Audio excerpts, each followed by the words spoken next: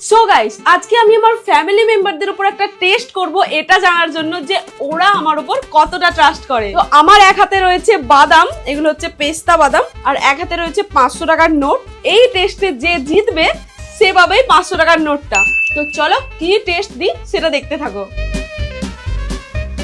তুই যদি আমাকে পুরোপুরি ভাবে বিশ্বাস করিস তাহলে চোখ বন্ধ অবস্থা তোর মুখে যা দেবো তাই খেতে হবে। না বিশ্বাস করেই না, বিশ্বাস করেই না, বিশ্বাস করেই না। একটু বিশ্বাস করিস না আমাকে? কি আছে বলো? কি আছে বললে তো হয়ে গেল। কতটা তোর আমার বিশ্বাস করিস সেটা ডিপেন্ড করছে। বিশ্বাস করি না তো। ঠিক আছে, ও আমার উপর বিশ্বাস করে না তাই জন্য 500 টাকা হারালো। কাজ করবো এমন করে যে মানুষ কেন বিশ্বাস করবে, তাই না?